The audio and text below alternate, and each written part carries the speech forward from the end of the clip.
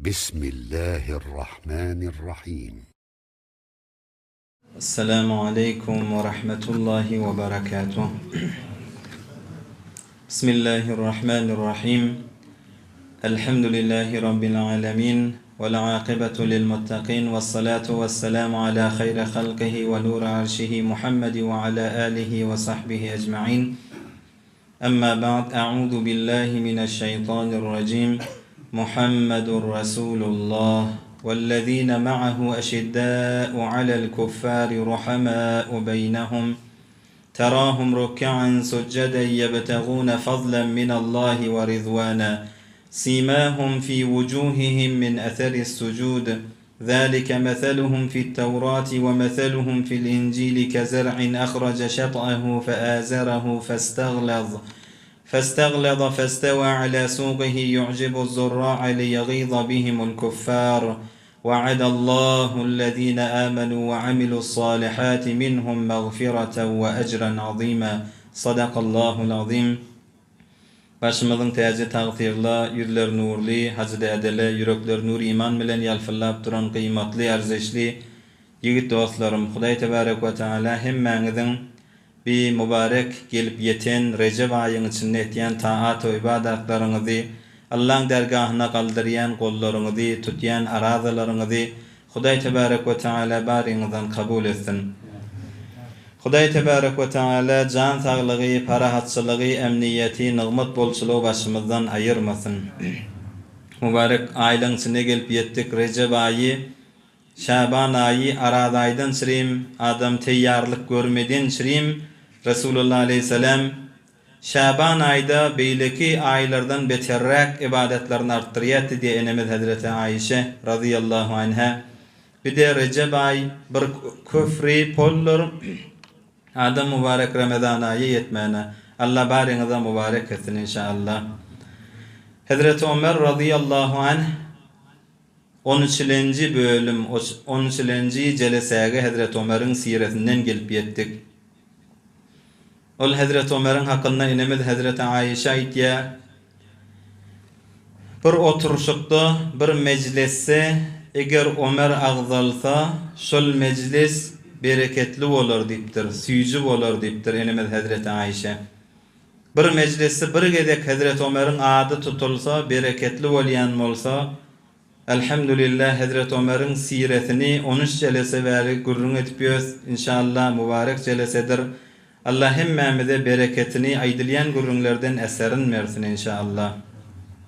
Enemiz Hazreti Hafsa Resulullah Aleyhisselam'ın zinanası, Müslümanlığın, müminliğin enesi olan Hazreti Ömer'in kıydı Hazreti Hafsa radıyallahu anha. Hazreti Ömer'i bir vakt öz atasına aydıptırdı. Sana ne olur bir azıcık könükünü qawraqdan geysen, imetini biraz qawraqlardan iysen, inniki elhamdülillah sen bir emirul müminin döwre yettin. Sen Müslümanlığın başı bolduğun Huday Teala sana yeri fethini açtı. Rızkı elhamdülillah Huday Teala bol etti. Inni bir qaw libaslardan, eşiklerden geyip qaw zatlardan iysen näzire bolar diptir. Enemiz Hazreti Hafsa öz atasına Hazreti Ömer aydıptır. İki tane yoldaşım yani Resulullah Aleyhisselam bilen Hazreti Ebu Bekir Siddiq'in giden yolundan gitmesem onu Ömer olan yolunu yütkeden adam olur diptir. Resulullah Aleyhisselam nagat kıyınçılıklar çekti. Resulullah Aleyhisselam imanı da tapmayan güllerini bu Ömer gördü diye kadan öyle son yadına salakadanı ağlattır Hazreti Ömer radıyallahu anh. Resulullah Aleyhisselam bilen Hazreti Ebu Bekir Siddiq'in yolundan kılyali kıyışarmadık Hazreti Ömer. Elbette yemeklik ya içmeklik ya qavzatlar giymek biderek değillikde mahtumul ışk meydanı uzaktır. Fani dünya mu'minlere duzakdır diye de mahtumul işan. Ol Resulullah Aleyhisselam'ı görünsen ışkı Resulullah Aleyhisselam'ı ışkı nezire boliyalığın ibraz et ya. Resulullah Aleyhisselam'ın imetik zadın Resulullah Aleyhisselam giymetik zatların ben hiç vakti giyecekkedi bir ışkını Hazreti Ömer bellet yemiştik. Ya Hazreti Ömer'in fazilatları vardı, Hazreti Ömer'in yağışılıkları vardı. Şun özü bolacak. Her celesede yani bir deslap başlamızda Hazreti Ömer'in bir fazailinden aydılıydı. Şun özü bolacak. Hazreti Cibrail Resulullah aleyhisselam soruya Hazreti Cibrail'den şu asmalarda Ömer nezir ağzalın ya deyip. Hazreti Cibrail aydıptır. Ömer'in faziletlerini, Ömer ibn Hattab'ın yaxşılıklarını, qawluklarini Hazreti Ömer eger vesiflep aydıp berjek bolsam Nuh peygamber'in ömrü gerek bolya ona deyipdir. Yani Hazreti Ömer'in qawlugyny, yaxşylygını, faziletini aýtjak bolsak Nuh peygamber'in ömrü gerek bolya ona deyipdir. Emma ýöne Ebu Bekr Siddiq'in birçi däne yaxşylygyny aýtmana Nuh peygamber'in ömrü gerek bolýar diýdi. Yani bula asmalarda Hazreti Cibrail aýdypdyr.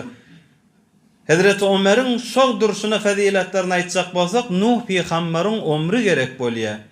Emma Hazreti Ebu Bekr Siddiq'in birçi däne yaxşylygyny aýtjak bolsak şoň bir özüne fakat Nuh peygamber'in ömrü gerek bolýar diýipdir Hazreti Cibrail.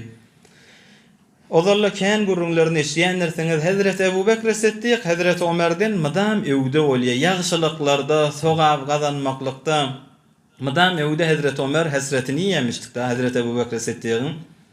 Erti namazdan burun Hazreti Ebu Bekr Siddiq çykýar. Bir ýeri garşyn halwatrak ýeri barýan Hazreti Ömer görüpdir.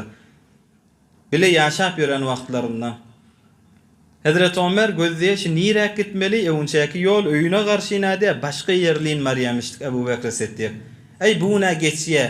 Erti ýene gaýtalap namazdan çykýarlar, Hazreti Ebu Bekr Siddiq gaýtadan ýene öýüne garşynady, başga bir ýoly ütgedip başga ýerden marýar.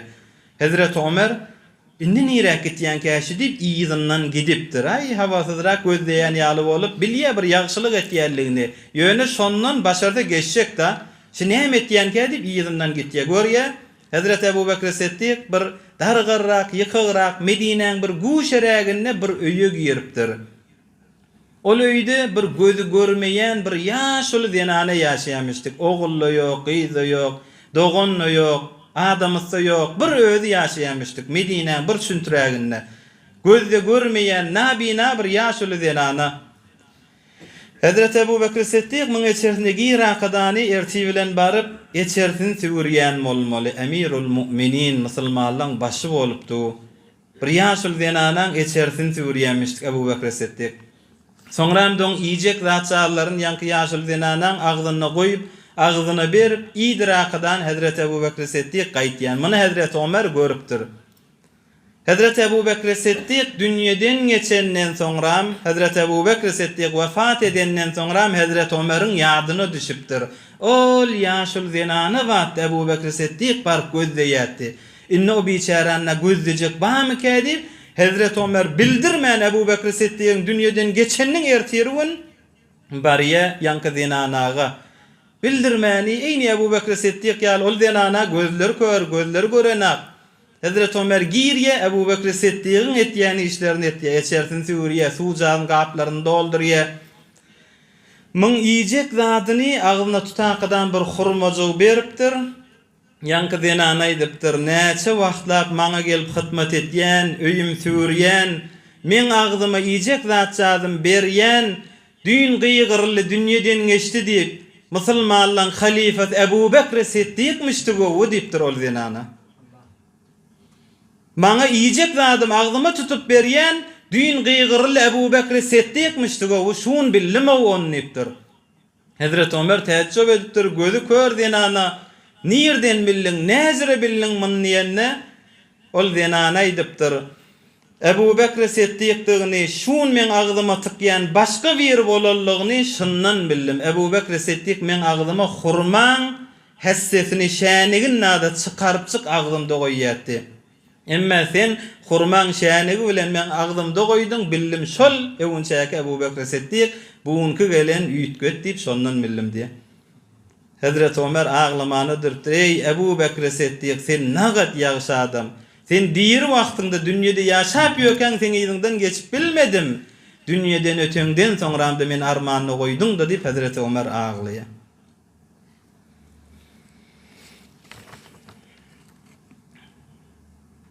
Hazreti Ali radıyallahu anh Hazreti Ömer'in qahary barada aýdypdyr. İttaqu gazaba Ömer. Şu Ömer gaharlananna şondan gorkun, şondan çekinin diýmişdi Hazret Ali. Son Ömer gaharlananna ol Allah'ın gaharı bilen gaharlanýar. Şu Ömer'in gaharynyň arkasynda Allah'ın gahary ýaty diýmiş Hazret Ali. Ohud jeňi geçen jelesede geçipdi. Emma indi şuň içinde Hazret Ömer bilen inki munafyklaryň başı bolýan Abdullah ibn Ubey geçen jelesede dostlar aramyzda bağlı da va ýoklaşy jeleseye goşulyp geçen jelesede bolmadyklaryň bir zihniýeti bolar ýaly Ohud jeňi bolýar. Geçen jelesede Ohud jeňine musulmanlar 1000 nefer bolakadan barýan wagtlarynda kafirler de 3000 nefer bolup aňyrdan gelýär. Munafyklaryň başı bolup duran Rasul munafiqin nilye Abdullah ibn Ubey 300 neferi biz näme denşirimiz mat ölüşmeli, näme denşirim biz yalandan barýatyp 300 neferi ýyzyna dendir Medinäge garşyn ewruk gaýdypdy. Musulmanlaryň 3den biri bölünip şol ýanky munafyk Medinäge ewrupdy. Musulmanlar da 700 nefer Medinäde bolakadan kafirlere barýarlar. Şondan musulmanlara başlaryna gelen geçen jelesede aýdyldy Resulullah aleyhissalamyň mübarek diýişleri dewilýär. Mübarek diýişli şehit bolýar, dodoklary ýarylýar. 70 tane gül ýaly sahabalar şehit bolýar. 70 tane sahabalar arslan ýaly her biri bir sütun bolup duran sahabalar Hazreti Hamza radıyallahu anh başlary şehit bolýar. Resulullah aleyhissalam şu Uhud jeňi täze inni ýygnanyp kafirler ýyda bir giden wagtynda häzir Uhud dagynyň üstünde durlar. Peygamberimiz aleyhissalatu vesselam Hazreti Ali'ye aýdypdyr. Bir gözde şu müşrikleri, kafirleri bir gözde diýipdir. Resulullah aleyhissalam mübarek diýişleri dewilip dodoklary ýarlan wagtynda ha. Uhud dagynyň üstünde duka Hazreti Ali'ye aýtdy, şu müşrikleri, kafirleri Ebu Sufyanyň goşullaryny gözde eger atlary mintele, düýelerin gaptallaryndan sürüp ata mintele, onda şola Medinäge barjak bolýarlar. Yo egerde düýä menen bolsalar atlaryň gaptalyndan sürkisele onna bile Mekke'ye garşyn marýarly bir gözde diýe Hazret Ali gözdeýe ya Resulullah hemmeti düýä menele onna Resulullah aleyhissalam aýtdy bile onna Mekke'ye garşyn urap barýarly. Ondan Resulullah aleyhissalam inne ol şehit bolan sahabalaryň ýyzlaryna gezýärli hemmetin üýşürýärli. Emma näme sahne bilen näme ýagdaý bilen ýüzbeýiz bolýarly. 70 tane sahabalar şehit bolýar, bir rivayetde 72 diýerler, 74 diýenler bar. Onu rivayet etýän siredekiler aýdypdyrlar 74 neferde bolsa bolamali, ýöne 70 tane atlar bilinensen, ol 4 tane atlar bilinmäni, ola kimdigi tanylmandyr. Ýa-da 70 tane sahaba diýip aýdylýar. Ýok, sahihrak rivayet 70 tane sahabaň öldü şo taýda şehit boldy diýilýär. Emma musulmanlar şehitlerini dağdan düşankydan Uhud dağda şehit bolanlary, Uhud meýdanynda şehit bolanlary ýüşürmäne barallarına bir gynandyrýan bir ýagdaý bilen ýüzbeýiz bolýarlar. Tamam şehit bolanlaryň uloklaryny, burunlaryny kafirler, müşrikler kesipdirler. Yani ol şehit etýärleriniň üstüne mosle diýilýär. Mosle diýilýär yani tägyri şekil berýärler. Kulaklarını kesipdirle, burunlarını kesipdirle ol biçare sahabalan. Hind, Utban gıydı Hind, şol şehit bolan sahabalan kulaklarından, burunlarından bir tanafa düz akadani, boyundan bir asılyen gerdenbent ýaly dakadan boyundan şeyle bir rahmanı şol sahabalan mübarek kulaklarından, burunlarından hinci ýaly düz akadan boyundan nada şeyle asypdyr. Sahabaların hemmesini şehit bolanlary üýşürýärler, olaň içinde ýöne mowzudan çykyp gitjek. Hazreti Hamza Resulullah aleyhissalam başynda durakadan ağlapdyr. Öz agasy Hazreti Hamzaň için nada ýaryp Hind diýen zenana Hazreti Hamzaň bir bagryny diýişi bilen gysyp ýöne hem aňryk ýuwdup bilmeýän daşyna tüýküripdir da. Yani sizre bir biderek ýagdaý, erwet ýagdaý, bir naadilane ýagdaý Hazreti Hamzaň Resulullah aleyhissalam görenne mübarek başynda durakadan Resulullah aleyhissalam ay sen ýaly agyr musibet inni men başyma gelmer dipdir. Yani Hazreti Hamzaň musibeti Resulullah aleyhissalam inki maňa agyr gelen musibetçi dipdir. Hazreti Mus'ab ibn Umayr diýen sahaba Medine sefir bolup Rasulullah sallallahu aleyhi ve sellem iýberýär. O da şo tada şehit bolup 70 täneleň arasynda Hazreti Emr ibn Jamuh diýen sahaba ozally bir gurrungy aýdypdyk. Emr ibn Jamuh ýöne dersine leýdiň, ýöne geçmeýdiň-de. Hazreti Emr ibn Jamuh Uhud jeňe gitmeli gyýrlanna aýaklary ısmaýanmışdyk. Aýaklaryna bir paýtygraklyk ba aýagy bir dogry salim aýaklardan nämişdik. Bir de minni jeňe gitjek diýipdir. Oglanlar 2 däne arslan ýaly sahaba oglu we zenanasy we aýtyn ýagdaýyň jeňe ýarajak ýa, sen aýaklaň süýrenip sen jeňde sen başarjak ýa diýipdirler. Rasulullah aleyhisselam'a gelipdir. Ya Resulullah, men oğullum cennete karşın mariyake, men öýde zinanaly bilen oturmalym. Ya Resulullah, bilen diýip ýön zadyny görsene diýipdir. Ya Resulullah, maňa ijazet ber. Rasulullah aleyhisselam aýtdy, sen aýaklaň, sen şaraýat, sen boýnuňa cihat farz, aýaklaň ozry bar diýipdir. Ya Resulullah, muny oğullum aýtdy, zinanam aýtdy, mene saňa geldim, ijazet almadan silim geldim. Sen ne olan kevin aýtýanmy? Ya Resulullah, sen beýtmesene diýipdir. Esrar etýär Peygamberimiz aleyhisselam ijazet beripdir. Aýaklar dogry ýörüp bilmeýän sahaba emma Uhud jeňe gitýär, şol kafirler bilen uruşýar, şehit bolýar.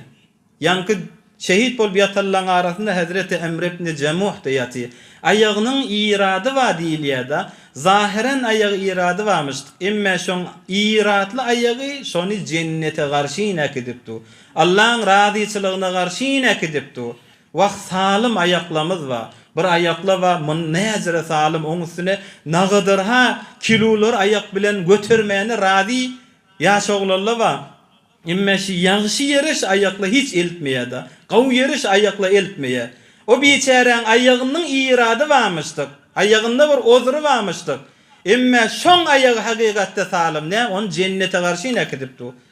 Emma salim ayakla va never ýagşyryk eltýäseni, never gowýeryk eltýäseni, never gow mekallara, gow zatlara sen eltýä. Irat şoň aýagynda meke ýa irat ohum bi gowýeryk barp bilmeýäniň aýagy iratly meke. Şol sahabalaryň arasynda şehit bolanlaryň arasynda Hazreti Emr ibn Jamuh da ýaty. Rasulullah aleyhisselam bilen hemmetini üýşrakadany namaz okuyýar. Emma Hazreti Hamzaga her bir sahaban getirip namaz okulanna Hazreti Hamzany goýakadan namaz okuyupdyr. Her sahaba bir defe namaz okulsa, bir rivayette Hazreti Hamzany her sahaban gapdalyny goýup 70 defe Rasulullah aleyhisselam namaz okuyupdyr Hazreti Hamzaga. Her sahaban gapdalyny Hazreti Hamzany goýup 70 defe şeýle namaz okuýar, soňranda büýürýärle şol ganlary bilen, şol libaslary bilen gömmeli daqadan büýürilýär. Sahabalarda jin görensen ýada bolansaňlar Peygamberimiz aleyhissalatu vesselam 2 nefer edip 3 nefer daqadan sahabalar bir gawrda 2 nefer 3 nefer daqadany şeýle mübarek sahabalar jaýlapdyrlar. Şehit Uhud'un şehitleri 2 defe tarihte bir asylypdyr diýilýär-de. Biri dogry şol waky jengi Uhud'dan 45-46 ýyl soňra Hazreti Muawiye halife bolan wagtynda Hazreti Muawiye bir şotadan ýap gajak bolýar Uhud meýdanyndan towsiýe berjek bolan şotallaryny Hazreti Muawiyeň wagtynda şehitli bir asylypdyr diýär-de Uhud'un şehitler tarihte. 46 ýyl soňra şol sahabalar aýaklaryna parça ýetmänsen, kefeller ýetmänsen Edhir diýen, üzerlik diýen otoklak goýupdylar da geçen jeleselerde aýdypdyk. 46 ýyl soňra şu otly dada täze ýolunyň ýaly bolup salim japdy diýär. Şehitliň öýde salimdy.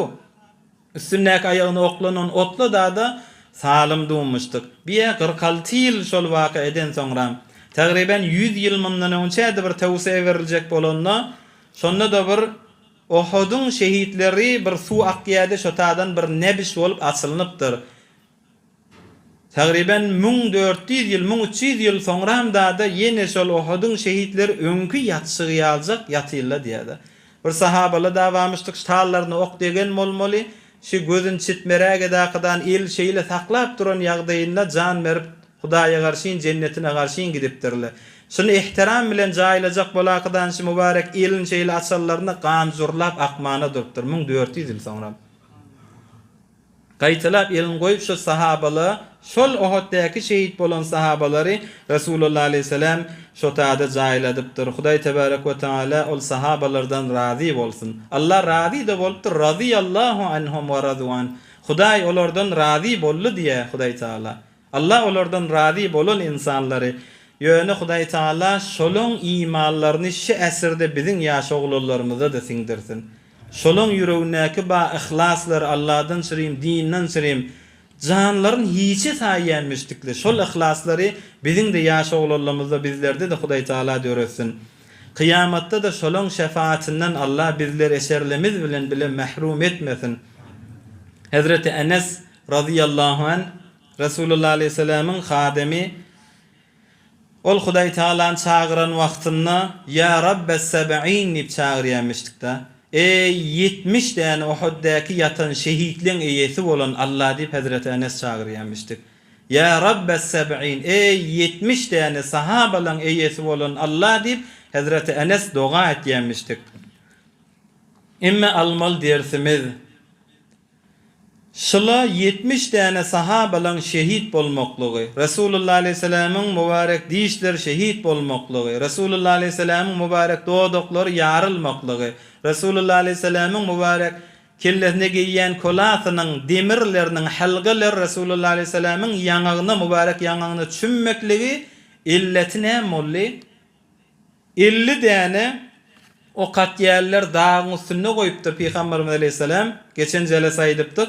Her zat bolsa biz ýeňsek de ýeňilsek de biz hatta biziň maslygymyzy goşla gelip ýse da siz jaýyňyzdan gymyllamaň diýip Resulullah aleyhisselam men buyruk bermesem gelmäň gymyllamaň diýdi. Emma ola azyk ganaimle dünýäň malyny gyzakadany Resulullah aleyhisselamyň buyrugyny goýakadany etek düşýärle Hazreti Halid ibn Velid arkalarından gelip şu musulmanlar şu gynçylyga galýa. Dünýe dawy, dünýe Arap dilinde mallidiginiň öz Arap dilşi. Mallidigi ýani meýllidigi özüňiz de bilen istilahda işlenýär. Meýllidigi ýani yüreklewa, yürekleň özi şu mala garşy meýil tapýar diýdigi. Şunu görende yüreň özi gitjek bolup tudaşy. Her bir adamyň ýüregi şoňa meýil tapýar, şoňa garşy gitjek bolupdy. Biz sahabalada şu ganaimlere garşy uğrap musulmanlar şeýle bir gynçylyga galýar. Ýok wefaty dostlar fani dünýäniň, ýok wefaty dostlar fani dünýäniň, ölýänçe terk etme haýry ihsanyň, bir baran soň gelmek ýokdur insanyň. Bir baran soň gelmek ýokdur insanyň. Şumal şu oturanymyz ha. Bir baran soň gelmek ýok ha insana. Haýsy bir giden adam öwürlik gelipdir. Ay falan yerde falan wagtda bir giden adam öwürlik gelipdir. Şol şeýle görünmerilipdir. Ýok. Bir baran soň gelmek ýokdur insanyň. Inan bu sözleriň ýalany bolmaz diýmekdim Musa. Inan şu sözleriň ýalany ýok ha. Ýani adam dünýäň wefaty ýok ha ýaş dostlar. Adam hom dünýä gyzyp dogurdur ýüreň özi şoňa meýil tapjak bolýandyr. Emma dünýä gerekdir. Dünýä ezberaý ahiret bolmaly diýilýär. Adama dünýä bolmaly, dünýä saňa ahireti eltýän bolmaly. Hazreti Mevlana nagat gawaýtýa, abi der keşti helake keştiyes, abi ender zire keşti poştiyes diye Hazreti Mevlana. Şuma taýymyl keşti derýanyň üstünden gitse, aňryk hedefine, maksadyna barýar. Emma şu taýymyl deşilip içine suw gitse gark bolýar da. Yani bizim yüreğimiz adam dünyasını kazanmalı ama yüreğin içine şonu salma deyiptir Hazreti Mevlana. Yüreğin içine girse seni karg et ya abi. Yüreğin içine girse karg et ya. Bir katra balcağı bir yelikten ya da bir vakti bir ulamalı şunu acip misal etip getiriyor. Dünyanın tüyücülüğü var arada. Adam kazanıp çık öz halalca kesbi bilen olmalı. Muhabbeti dünya şu yüreğe sinmesin. Bir katra balcağız bir yerek damanı bir karınsıgazık bar ya, ağızağını vur ya, bunu süyücü var ya. İyizine git ya, anıraqtan yine qaytılap evurluk geliptir. Indi şimdi gereciğini alıp çık gitse bir karınsıgaqtan neçe vaxtına bolacak da şu. Indi bunu süyücü var akadan öz gel ya, içine ayağını vur ya, çıkacak bol ya, başarmay. Ol ayaklarını erit ya, çıkacak bol ya, bat ya, ahırda şoň içinde öz ölük qalıptır. şu dünýäň mesali, şu dünýäň hemme nüýseden bir gatra bal ýaly. Adam süýjü warakadan gerejin gelip alyp gidip halaljak çörek, halaljak kesbiň, namazyň, täretin, öz ibadetin, halalyň, haramyň her zat jaýynda bolsa sen hemişe şondan alyp durýan da.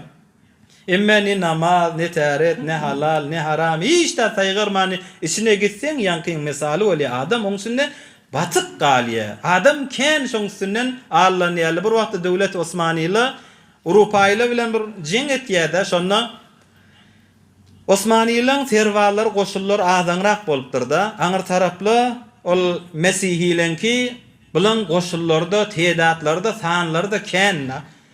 Näzire bular bilen san ýeke baş vurulsa bular ýeňip boljakka. Bir akylly wezir bir näzer beripdir da. Näme gyzyl wa bolsa biziň hazinämizde şonu bir top edeýli, gülle deýilipdir da. Şolara garşy deslap atamyzda şu gülleleri gyzyllan edakydany belläýilipdir. Aýtsyny ýaly etýärli gülleleri ýanky gyzyllar ertýärli, gülle etýärli, atýärli. Aňyr tarapda kafirlaň goşullaryna şu gyzyl ýagmany durýa. Bular jeň ýatdan çykarýarly, gylçlaryny hep berýärli, tüfeňlerini goýýarly, tamam hemmesi gyzyllar ýygnamany durupdyrlar. Inni forsat, inni doktoryň diýakydan şeýtir ýeňipdirler. Dünýäde kän ýerde adamlar muňa ýeňilýä, allanýa galýa. Şu mahal inni bir gynçylyk wagtda ýaş dostlar bir Hudaý Taala tawany mali beripdir. Sen elhamdülillah janyň sag hesabyň gaw oýnapdy, gawja öz kesbiň ma, deramediň ma, işiň ma, öz eliň bestela agzyňa ýetýär diýilýär-de. Şu mahal inni öwrek de bolsa Recep aý, Şaban aý, işte Ramazan aý gelýär. Şu mahal behterin forsatdyr ha. Dünýäni Hudaý Taala beripdir dämi?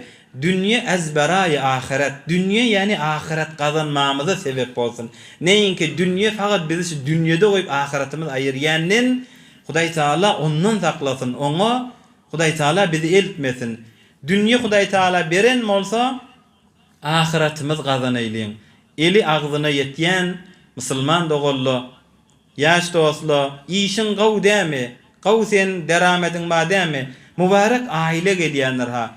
Başarsan bir hanewadalardan ýüka ýyrjak bolaylyň. Hemmäňiziň habary barda bu mat öwrelep durmak gerekke. Bir iktisadi kısmatdan hasa gol ýukarak oglonjyk we mederse okutýan bolsa, öz rahat ijara ýaşap beren bolsa, bir gyn ýagdaýda gelip öz dogonyň inki sadakan gawsy da biziň fiqh kitabymyzda da sadakan inki gawsy öz döwründäki özüňe ýakyn garyplan gözlemek. Gözläp durma, men şu dogan oglanymma haýsy bir gelip şunu gözlärke, sen gözlemeler, sen wezifäň.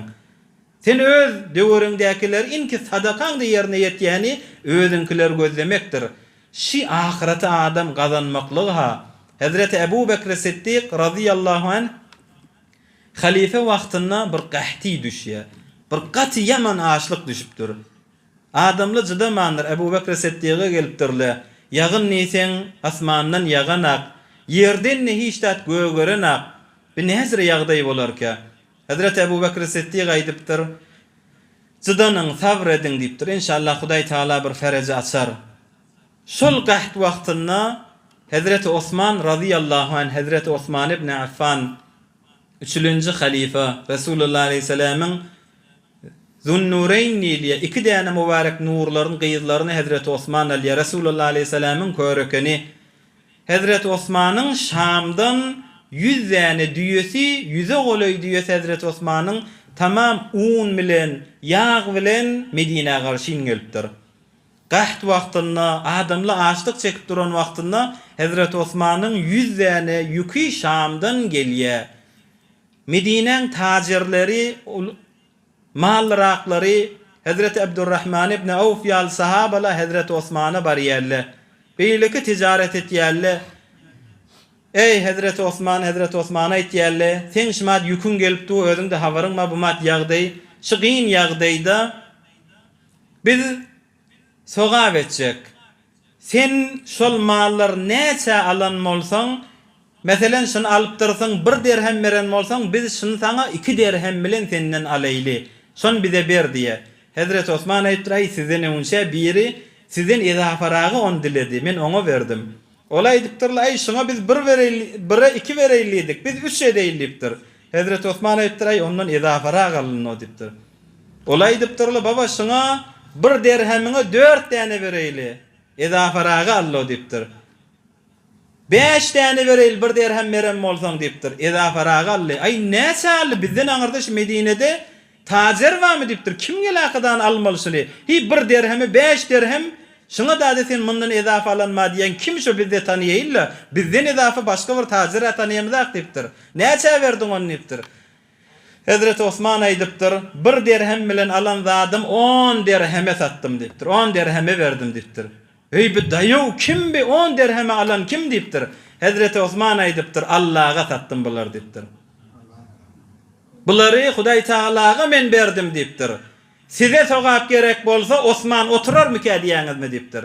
Sizden önce Allah bilen muamele etdim. Hudaý ýaşy 100 diýäni şu ýükü bilen, unlar bilen, ýağlar bilen Medine'nin garip kasarlarına men vakf ettim, şuları men sadaka ettim diptir. Sizden önce Allah bilen muamele boldy diptir.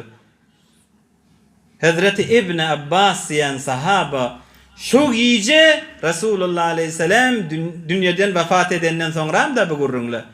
Şu giýje diye Hazreti İbn Abbas Resulullah aleyhisselam'ı mübarek diýişimde Resulullah aleyhisselam gördüm diye. Hazreti İbn Abbas Resulullah aleyhisselam bir awodon ata minipdir. Bir nurdan dolu bir don giyipdir. Nurdan yalfıllap duran don giyipdir Resulullah aleyhisselam. Kewuşlerde nurdan bolup duran kewuşlar Resulullah aleyhisselam'ın mübarek ayağına çakkallap Resulullah aleyhisselam barýa.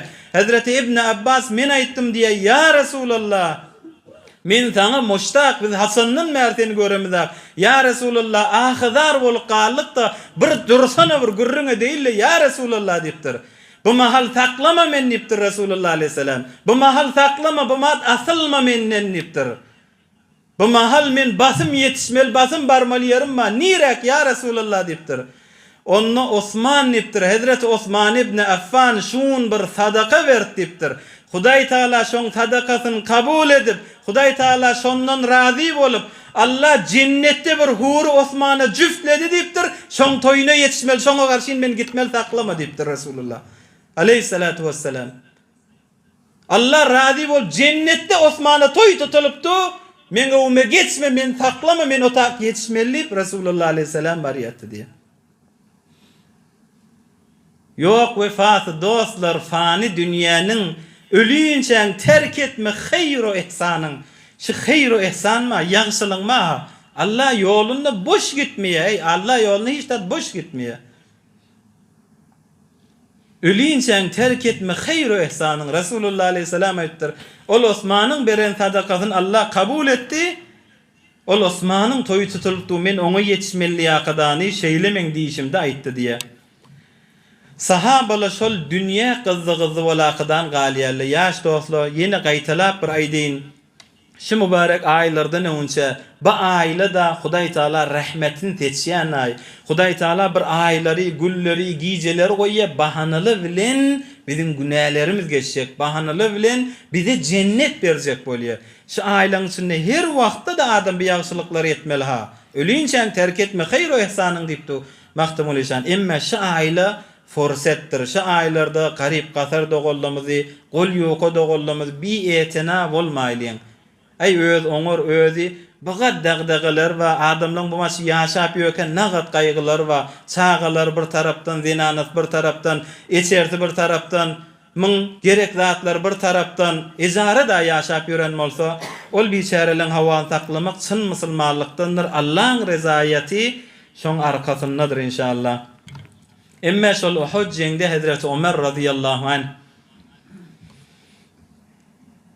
zere jengi lebas giyliye Hazreti Ömer Zeyd ibn Hattab diyen Hazreti Ömer'den önce imana giren doğanmada iki doğan mulaqadan Uhud jengde doqa Hazreti İbn Ömer rivayet etdiye iki doğan moldu Hazreti Ömer öz doğan Zeyd bilen bile doqa şu demirden giyliyen jengi lebasy Hazreti Ömer çıkara kadani geley doğanjygym sen giyişin nipdir. Geley dogonjum sen gey diýende o dogon ýyljar akadan aýdypdyr. Sen isleýän zadyň meni islemeýänmiki diýýärmi diýipdir. Sen şun maňa bir akadan özüň rahatrak şehit boljak bolýanda Allah ýolunda. Sen isleýän zadyň men bilmeýänmiki diýýän men ne geymer diýipdir. O da geymeýe, Hazreti Zeyd de geymeýe. İkisi şon geýmän ortada goýupdyrlar. Nämen umidyna? Eýşi şahadet bize nesip etmermiki diýýär subhanallah. Bahana bilen kenara çekilmek daha. Ay bizde sanımız batdy şu merekeň içinde de. Sen isleýän zadyň şahadeti men isleýän. Ay ahyrda iki sen geýmesen men de geýmeýän bolýa. İkisi de goýup şon geýmändirler. Jeňde zeresiz ikisi de jeň etýär. Emma şahadet Hazreti Ömer'e bitada nesip etmeýär. Şondan Resulullah aleyhisselam Uhud'dan inni ewurlyk gaýtýar. Şehitler jaýly ýerle ewurlyk gaýtýarlar. Medine gelenlerine Medine'de münafıklar vada, böyle begenip başlaptırlar. Medine'de Yahudlar vada, böyle begenip başlaptırlar. Şimdi Müslümanlar şekest deyip geliyerler. Bir şekest daha, bir yenilmeklik de hemen arkasında bir dersler vada. Yahudiler, münafıklar begenip başlaya. Ama Resulullah aleyhisselam bilen begen yerliklerini görüptür. Düşmanı siyaset yaxşı değil yani. Resulullah aleyhisselam eyyem yine sahabalarını yüşürttür. Şu Uhud günün ertiri hadan atanla. Hemme koşullar sahabaları yüşürüp jengde biz bilen koşularla yüşsün niptir.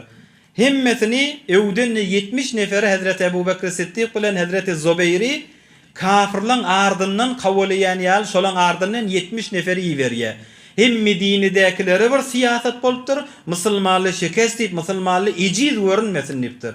Resulullah aleyhisselam siz o kafirlan müşriklerin izinden gidin. Medine'deki münafıklı begen yerlere de siyaset, onlara da bir siyaset. Resulullah aleyhisselam Hazreti Ömer bilen öz galiye 70 nefer Ebu Bekir Siddiq'da gitýärler.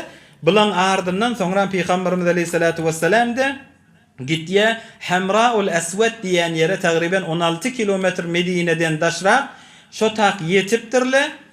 Sonra 3 gün galiyeli 3 günden sonra yeni Medine qaytylap ewurlyk qaytypdyrlar. İslamdan sırayım bir de qiyinçylyka.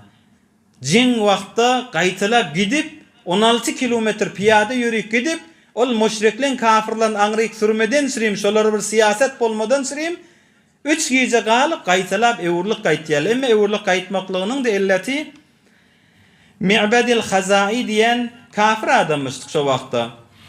Şol Hamraul Aswad'da Medine'den 16 kilometr fasilede Resulullah aleyhisselam'ın da yanına varıptır. Sizin başınıza gelirleri, sahabaların başına gelirler biz eşittik. Biz sen dininde bolmasak da bize ağır gelişi deyiptir. Biz sen arkanda diye. Şondan gitýärler bundan yankı Mi'badul Khazai diýen adam ol Ebu Sufyan kafirlara yetipdir. O kafirlarda qaytylap öýlerini teýýarlap Medine yine gaýdaýlyp durmuşduklar da. Bir olara karşın barakadani sen yine Medine'ye karşın gaytmak yadında bolmalydyr. Ebu Sufyan nawa dipdir. Ola inni özlerini tutma kala biz yine bir doktorjak şolun işini bir tamam etmeli biz diye. Ol Mi'badul Khazai aýdypdyr.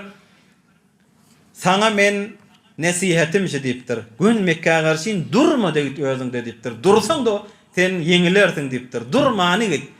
Muhammed dipdir aleyhissalatu vesselam ol sahabaları bilen ot bilen tutoşup gelýärler öller dipdir. Sen de ýygyňdan gelýärler dipdir. Ola bu mal jengden galanly da ýyllaryny üýşüpdir. Bu mahal ola aunalla ola 70 neferde şehit ederler, şehit bolarlar olardan dipdir. Sizin ýygyňyzdan tutoşup gelýärler. Siz durma bu tada diýakadany bi Mi'badul Khazai Resulullah aleyhisselam'ın tarafy bolup bulara kepläpdir. Öz müşrik bolsa da ama bular şon kefi bilen ewurliýe gitýärler. Emma inni Medine qaytylap gelinenne Abdullah ibn Ubay ol Uhud jengine barlyaka 300 neferi qayta ýyzyna ewurup qaydan bir münafık batdy. Münafık diýeni zahirene musulman ey işlerden bir telekemişdikçi. Nifaq diýdiginiň özi en-nafiqa diýär lugawi dille bir sıçanyň da hini bolýar, düzde gaýrada da bolýan bir sıçalla bardyr. Hinin bärden ştadan girýär, sen ştaýny bir zat goýsaň aňyrdan çykypdy. Yani her yerden deşik edipdir da her yerden ýoly barmyň. En-nafiqa münafık şondan algylýar da bilen de ýürekler şon ýal bir sıçandan kofrdan doluşyla. Berden zahiren şıladım mı Abdullah ibn Ubey? Cımgada oturýanmyşdyk. Şu Rasulullah aleyhisselam cımgatynda mıdan bir bellice jaý barmyşdyk.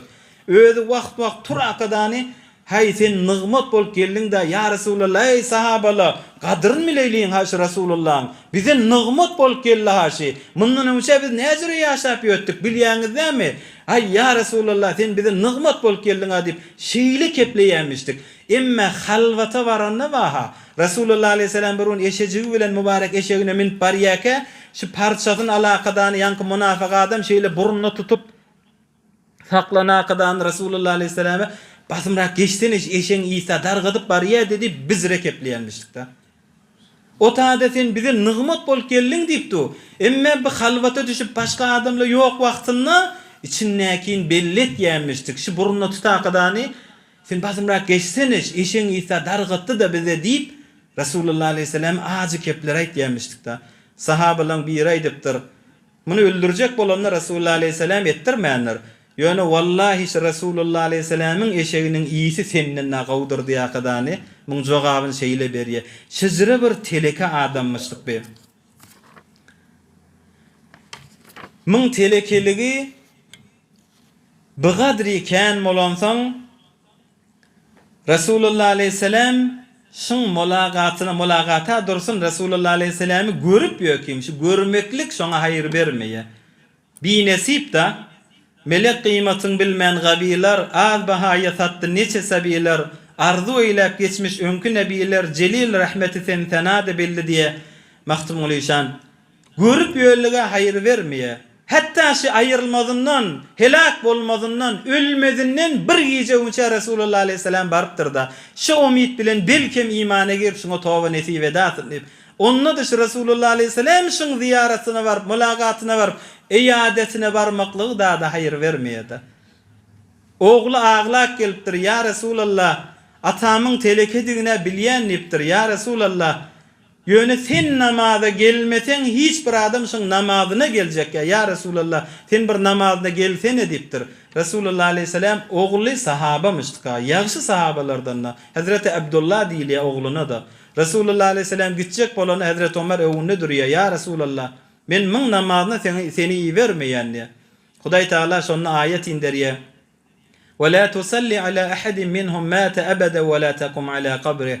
Ol munafygyň başynda durup namaz okuýmarsyň, qabrynyň başynda durup doga etmersiň diýär Hudaý Taala oňa. Yani Resulullah aleyhisselam bilen bile ýaşap şeýle bir binesip bolup galýar. İstagfir lahum ew la testagfir lahum in testagfir lahum 70 merreten felen yagfirallahu lahum. Hudaý Taala ayet indiripdir. Sen şol munafyga wa diýipdir Hudaý Taala. 70 defa Hudaý ýaşyň günähini geç, Hudaý ýaşyň günähini geç diýip 70 defeden dilaga şol günähini geçdi diýip felen yagfirallahu lahum. Hudaý hiç wagt olan günähini geçmeýär diýipdir. Näme müň nifagy etýän işleri känmişdik.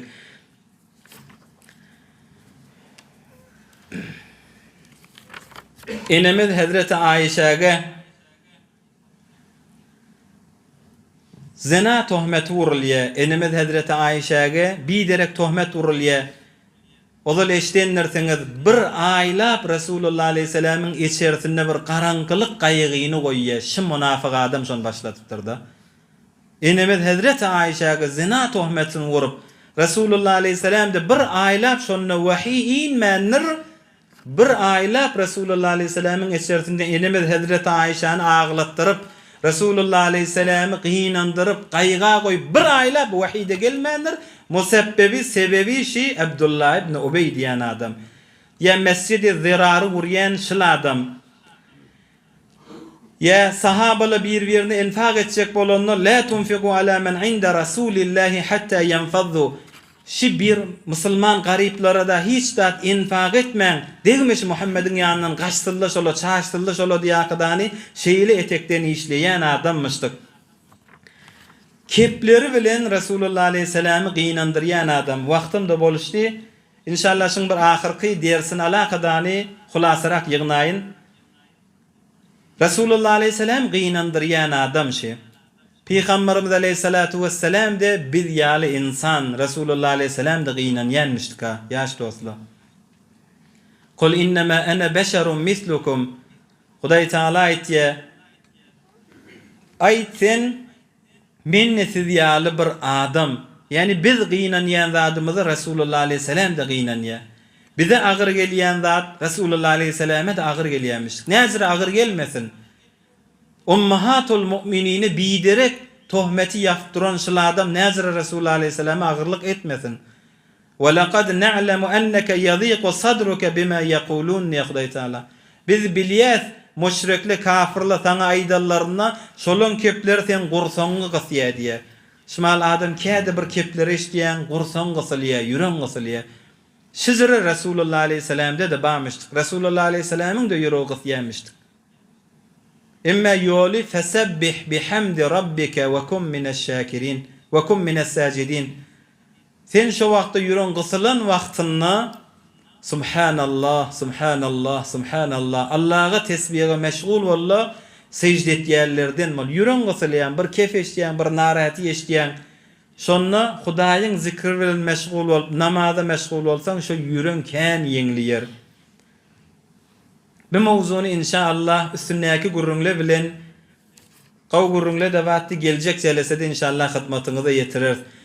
Abdullah ibn Ubay inni bir soraw şaýat kelläňide gelendir. Şeýle bir teleke adam bolsa, şunu näme diýip Medinede ýaşatýarlar.